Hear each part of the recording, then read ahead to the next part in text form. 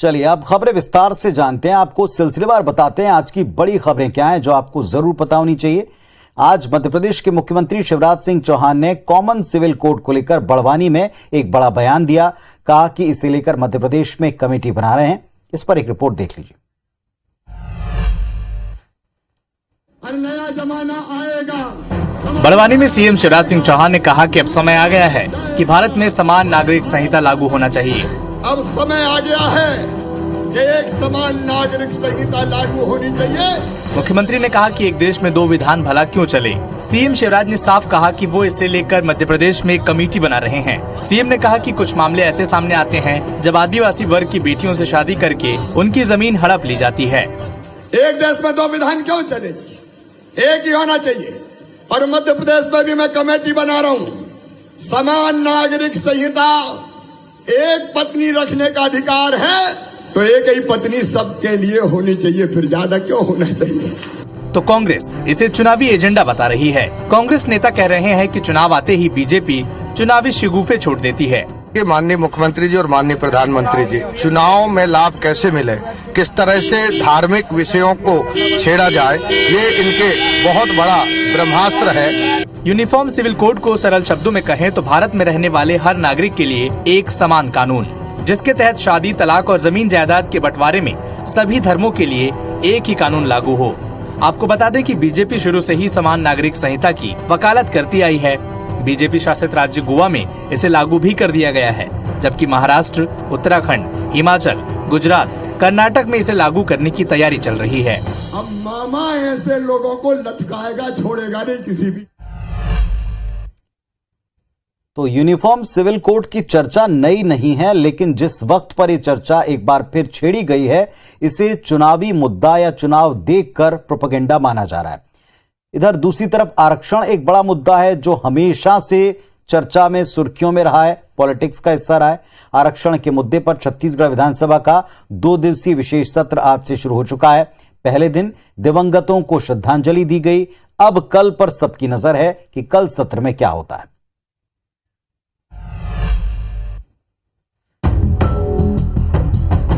आरक्षण के मुद्दे पर छत्तीसगढ़ विधानसभा के 2 दिवसीय विशेष सत्र के पहले दिन भानुप्रतापपुर के विधायक और विधानसभा के उपाध्यक्ष रहे मनोज मंडावी और मनेन्द्रगढ़ से विधायक रहे दीपक पटेल को श्रद्धांजलि दी गई। इसके बाद सदन की कार्यवाही शुक्रवार तक के लिए स्थगित कर दिया गया। दोनों माननीय सदस्यों को श्रद्धांजलि अर्पित की गई सदन में, और उसके बाद आज दिन भर के लिए स्थगित किया गया है। आरक्षण का मुद्दा हाथ से फिसलता देख बीजेपी ने अब इसमें नया एंगल जोड़ दिया।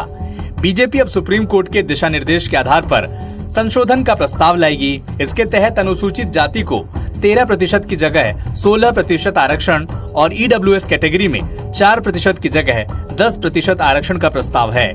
बीजेपी के संशोधन प्रस्ताव का जेसीसीजे और बीएसपी ने भी समर्थन किया है। कांग्रेस भी सभी वर्गों के फायदे के लिए आरक्षण संशोधन विधेयक को सर्वसम्मति से पारित करवाना चाहती है। हमारे विधायक इस बिल में कुछ संशोधन देंगे और संशोधन के साथ हम इस बिल को समर्थन दे सकते हैं। लेकिन अगर वो संशोधन प्रस्ताव लाना चाहते हैं तो उसमें उनका स्वागत है, सदन में चर्चा होगी और किस प्रकार से उनका संशोधन होता है ये तो कल ही पता लगेगा। सरकार ने जनसंख्या के अनुपात में आदिवासी वर्ग को 32%, अनुसूचित जाति को 13%, अन्य पिछड़ा वर्ग को 27% और ईडब्ल्यूएस को 4% आरक्षण देने का प्रस्ताव रखा है। विधानसभा के विशेष सत्र में इस विधेयक को पारित कराने के अलावा 2 जनवरी से 6 जनवरी तक शीतकालीन सत्र भी चलेगा। आरक्षण के मुद्दे पर कांग्रेस और बीजेपी दोनों खुद को आदिवासी हितैषी बताने में लगे हैं। तो सरकार ने अपना रास्ता चुन लिया, विकल्प चुन लिया। अब विपक्ष प्रस्ताव में क्या और किन बातों को लेकर आता है और यदि लगाया कि यदि संशोधन हुआ तो समर्थन देंगे, ये सब कुछ कल आपको पता चलेगा। इधर भानुप्रतापपुर उपचुनाव के लिए मतदान का वक्त और दिन नजदीक आते ही सियासत चरम पर है। 3 दिसंबर तक प्रचार हो पाएगा। चुनाव प्रचार का शोर चरम पर आज भी दिखाई पड़ा। कांग्रेस के मंत्री अमरजीत भगत और कवासी लखमा ने आज कुछ बड़े दावे किए, देखें आप।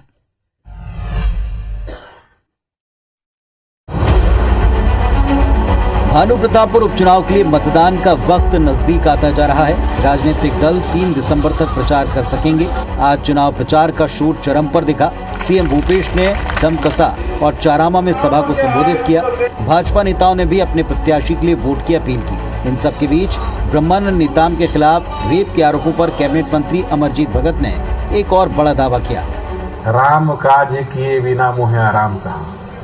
जब तक विभीषण का नाम हम नहीं बता देंगे तब तक हमको भी चैन नहीं है। चुनाव के ठीक एक दिन पहले यानी 4 तारीख को हम बता देंगे कि विभीषण कौन है। वहीं मंत्री कवासी लखमा ने बीजेपी पर निशाना साधते हुए कहा कि आदिवासी समाज के उम्मीदवारों को पैसे देकर बीजेपी मदद कर रही है। कि आदिवासी लोगों को भड़काने का काम, आदिवासी को मदद करने का काम उन्हें लोग कर रहे हैं। 4 चुनाव उपचुनाव जीता है, ये चुनाव उससे ज्यादा वोटों से जीतेंगे।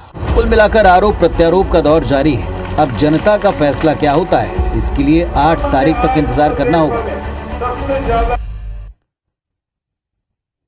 तो एक तरफ ये छत्तीसगढ़ की सियासी हलचल जिसके केंद्र में भानु प्रतापपुर और आदिवासी आरक्षण और इसकी वजह से सत्र रहा, तो दूसरी तरफ राहुल की यात्रा सारे देश में चर्चा में है। चूंकि मध्य प्रदेश में है इसलिए वहां से बड़ी खबरें प्रतिदिन मिल रही। आज फिल्म एक्ट्रेस स्वरा भास्कर भारत जोड़ो यात्रा में शामिल होने मध्य प्रदेश पहुंची।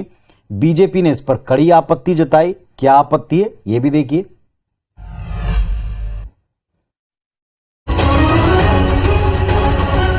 तस्वीरें राहुल की भारत जोड़ो यात्रा की हैं, जिसमें आज फिल्म अभिनेत्री स्वरा भास्कर शामिल हुई।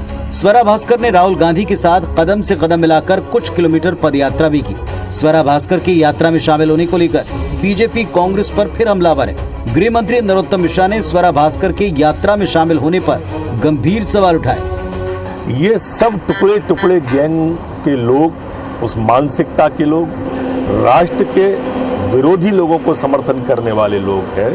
क्या ये भारत जोड़ो की जगह भारत तोड़ो वाले लोगों को समर्थन करती नहीं है यात्रा दिख रही? स्वरा भास्कर वो अभिनेत्री जो हिंदुत्व पर कलंक कहती है, ऐसे लोग राहुल गांधी के साथ कदम से कदम मिला रहे हैं। अरे तो भैया इस देश के अंदर ये भारत तोड़ो यात्रा साबित हो गई। वहीं दूसरी ओर कांग्रेस भी पीछे नहीं। कांग्रेस नेता जयराम रमेश ने एमपी सरकार पर यात्रा में खलल पैदा करने के आरोप लगाए। अलग अलग तरीके अपनाए गए भारत जोड़ो यात्रा के हौसला कम करने में। हमारे खिलाफ कोई एफआईआर दर्ज किया गया, ये सब हमने सह लिया। कुल मिलाकर भारत जोड़ो यात्रा हर दिन सुर्खियों में रहती है। बीजेपी हमेशा यात्रा में शामिल होने वालों पर सवाल उठाती आई और कांग्रेस बीजेपी पर पलटवार करती है। तो चलिए, जब तक मध्य प्रदेश में यात्रा रहेगी, मध्य प्रदेश से आपको इस तरह की तस्वीरें भी मिलती रहेंगी। वैसे मध्य प्रदेश में आज एक ऐसा सवाल जो बार बार कांग्रेस को परेशान करता है, इस पर एकदम कटाक्ष और सीधा सवाल का जवाब सीधे तरीके से देने वाला उत्तर भी दिखा। मध्य प्रदेश में जयराम रमेश ने आज कुछ ऐसा कहा जिस पर बवाल मचा है। ये बयान जो था सिंधिया को लेकर था, दरअसल ये एक उत्तर था, पर इस पर प्रतिक्रिया भी तगड़ी हुई। देखें आप।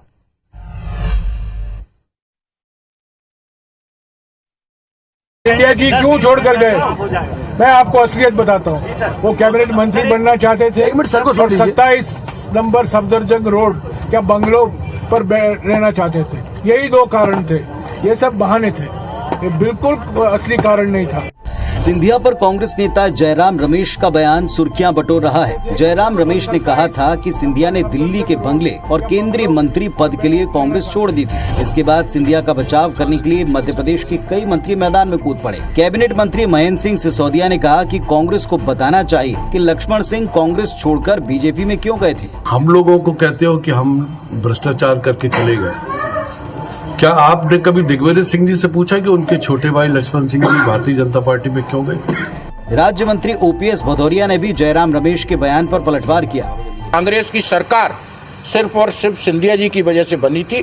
जो वायदे किए वो भी पूरे नहीं किए, और सिंधिया जी के साथ दुर्भाव की जो भावना थी वो जब सीमा पार करके गई तब सिंधिया जी ने कांग्रेस को छोड़ा। भारत जोड़ो यात्रा के दौरान राहुल गांधी पहले भी एमपी में कांग्रेस की सरकार गिरने के लिए बीजेपी और दल बदल करने वाले विधायकों पर निशाना साध चुके हैं। तो चलिए, पूरे दिन की बातें आपको विस्तार से इस बुलेटिन में पता चलती हैं। कुछ और खबरें जो आपको जरूर जाननी चाहिए, मध्य प्रदेश में सरकार की तमाम सख्तियों के बाद भी धर्मांतरण नहीं रुक रहा है। ताजा मामला जबलपुर के क्रिश्चियन हाई स्कूल का है, जहां एक टीचर ने धर्मांतरण का दबाव बनाने का आरोप लगाया। शिक्षक ने खुद को प्रताड़ित बताते हुए जिला प्रशासन से बाकायदा इसकी शिकायत की और अब कलेक्टर कहते हैं कि इसकी पूरी जांच होगी। बराबर कहते हैं चर्च आइए, और हम लोग कहते हैं कि हिंदू धर्म में पैदा हुए वहीं मरेंगे, तो परेशान करते हैं, प्रताड़ित करते हैं, तनाव देते हैं और प्रलोभन रहता है कि अगर ईसाई बन जाओगे तो 1000 स्क्वायर फीट का प्लाट कटंगा में मिल जाएगा, बीबी को तलाक दे दो तो शादी कर देंगे। तमाम प्रकार के इलीगल प्रलोभन देते हैं। मुझे भी धर्मांतरण के प्रलोभन आते हैं और परेशान करते हैं। जबलपुर के क्रिश्चियन हाई स्कूल में पदस्थ गणित के शिक्षक रमाकांत मिश्रा के इस आरोप ने सनसनी फैला दी है। इन्होंने स्कूल प्रबंधन पर धर्मांतरण के लिए दबाव बनाने और धर्म न बदलने पर प्रताड़ित करने का आरोप लगाया है। कलेक्टर से लिखित शिकायत भी की है। उन्होंने कहा कि धर्मांतरण न करने वाले शिक्षकों का प्रमोशन नहीं होता, उन्हें परेशान किया जाता है। आरोप ये भी है कि स्कूल शासन से लीज पर मिली जमीन पर नियम विरुद्ध रूप से व्यावसायिक गतिविधियां संचालित कर रहा है। इन आरोपों पर IBC 24 की टीम ने पड़ताल की तो पता चला कि शैक्षणिक गतिविधि के लिए मिली जमीन पर कॉमर्शियल कॉम्प्लेक्स बना हुआ है। 100 दुकानें किराए पर चल रही हैं। इसके पीछे स्कूल संचालित है। हालांकि आरोपों पर स्कूल के प्रिंसिपल सफाई देते नजर आए। अगर आप हमसे जानना मांगते हैं कि ऐसा है तो ये आरोप निराधार है। जो आरोप लगाने वाला व्यक्ति है वो स्कूल आता है। जानकारी ले लूँगा, यदि कोई भी उसमें सारवान कोई स्थिति होगी तो पुलिस के सहयोग से उसमें आवश्यक कार्रवाई की जाएगी। कलेक्टर सौरभ कुमार सुमन ने इस गंभीर शिकायत पर संज्ञान लेते हुए जांच के आदेश दे दिए हैं। जबलपुर के इस क्रिश्चियन हाई स्कूल पर एक शिक्षक पर अपना धर्म बदलने का दबाव डालने के आरोप की जांच देखने लायक होगी, लेकिन इतना साफ है कि लीज की ज़मीन पर इस तरह व्यावसायिक गतिविधियों का संचालन बिना सरकारी या प्रशासनिक मिलीभगत से नहीं किया जा सकता था। ऐसे में देखना होगा कि इस पूरे मसले पर आखिरकार क्या कार्रवाई होती है और गाज किस किस पर गिरती है। कैमरामैन सतीश सराटे के साथ विजेंद्र पांडे, IBC 24 जबलपुर। अगली खबर श्योपुर से है, जहां पर एक पूर्व जिला पंचायत अध्यक्ष की जिंदगी बड़ी मुश्किल में कट रही है। वो साल 2010 से लेकर 2022 तक कई पदों पर रहीं, ईमानदारी से काम किया, लेकिन अब गुजर बसर के लिए कई सारी चुनौतियां हैं।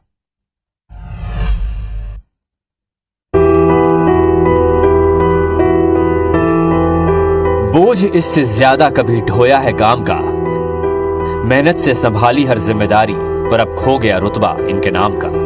सिर पर आज लकड़ी का बोझ है, पेट पालने के लिए मजदूरी जिंदगी की मजबूरी है। सिसईपुर गांव में रहने वाली 55 साल की गुड्डी बाई की जिंदगी बीते सालों में ऐसी नहीं थी। साल 2010 में जिला पंचायत अध्यक्ष बनी थी। उस दौर में इनके कहने पर कलेक्टर और जिला पंचायत CEO बैठक बुला लेते थे। लाल बत्ती की गाड़ी, जिला मुख्यालय में घर और कर्मचारी भी मिले थे। गुड्डी बाई 2015 से 2022 तक जनपद सदस्य भी रही। अपने कार्यकाल में ईमानदारी से काम किया और अब मुफलिसी में दिन कट रहे हैं। 2010 में चुनाव हुआ, 15 तक जिला पंचायत की अध्यक्ष रही थी। अध्यक्ष रही तब तक तो मैं पार्टी के कार्यक्रमों में भी जाती थी, शासन के कार्यक्रमों में भी जाती थी। शासन के कर्मचारी अधिकारी भी बुलाते थे, पार्टी के लोग भी बुलाते थे। पति की मौत 20 साल पहले हो चुकी है। बेटी की शादी कर चुकी है और 2 बेटे शादी के बाद अलग रहते हैं। गुड्डी बाई अपने अलावा अपनी मां के बुढ़ापे का सहारा भी है। मजदूरी भी करती हूँ, खेती भी करती हूँ और कंट्रोल को गल्लो भी मिलते थे, कंट्रोल से गल्लो भी ले जाती हूँ। दूसरे के भी चले जाते हैं, खेती बाड़ी जो काम होते ना तो दूसरे के भी काम करे आते। गुड्डी बाई के पास जब मजदूरी का काम नहीं होता तो घर के पास एक टपरी में टॉफी बिस्किट बेचती है। इसी से इनकी गुजर बसर हो रही है। स्वदेश भारद्वाज, IBC 24 श्योपुर। और देश के कई राज्यों में जहां चुनाव हो रहे हैं, उनमें से सबसे महत्वपूर्ण है गुजरात विधानसभा चुनाव, जिसका पहला चरण आज पूरा हुआ। शाम को 5 बजे तक जो आंकड़ा मिला उसके मुताबिक 56.88% मतदान की जानकारी आई।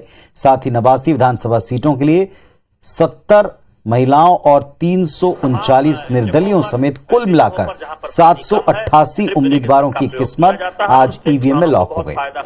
5 दिसंबर को दूसरे चरण का मतदान होगा। इसके लिए प्रचार चरम पर है। प्रधानमंत्री मोदी आज एक सबसे बड़ी रैली कर रहे हैं। अहमदाबाद में रोड शो किया है। नारोड़ा से चांदखेड़ा तक का रोड शो 32 किलोमीटर लंबा बताया गया। इसके दायरे में अहमदाबाद की 14 विधानसभा सीटें आ रही। गुजरात भाजपा का गढ़ है, लेकिन अब की बार कांग्रेस के साथ साथ आम आदमी पार्टी भी बीजेपी को कड़ी चुनौती दे रही है। जनता किसके साथ है, ये 8 दिसंबर नतीजे वाले दिन ही क्लियर होगा। एक सवाल मैं अशोक जी से पूछता हूं, अशोक जी, क्योंकि और अब जरा क्रिकेट की भी बात करें। टीम इंडिया अपने अगले मिशन मतलब बांग्लादेश दौरे की तैयारी में जुटी है। 4 दिसंबर से सीरीज शुरू होगी और उसके पहले घरेलू क्रिकेट का रोमांच भी चरम पर होगा। विजय हजारे ट्रॉफी के लिए फाइनल मुकाबला महाराष्ट्र और सौराष्ट्र के बीच होगा। महाराष्ट्र की टीम का यह पहला फाइनल होगा, जबकि सौराष्ट्र के लिए विजय हजारे के फाइनल में खेलने का यह तीसरा अवसर बना है। बेशक सौराष्ट्र के पास पीछे फाइनल खेलने का अनुभव रहा हो, लेकिन महाराष्ट्र के साथ उसका मौजूदा फॉर्म है जो काफी मजबूत है। उसके खिलाड़ी खासकर ऋतुराज गायकवाड़ के बल्ले की तूती इन दिनों बोल रहे। इस बार विजय हजारे ट्रॉफी को चैंपियन नया मिलेगा या पहले वाला चैंपियन एक बार फिर खिताब उठाएगा, ये कल सबके सामने आएगा।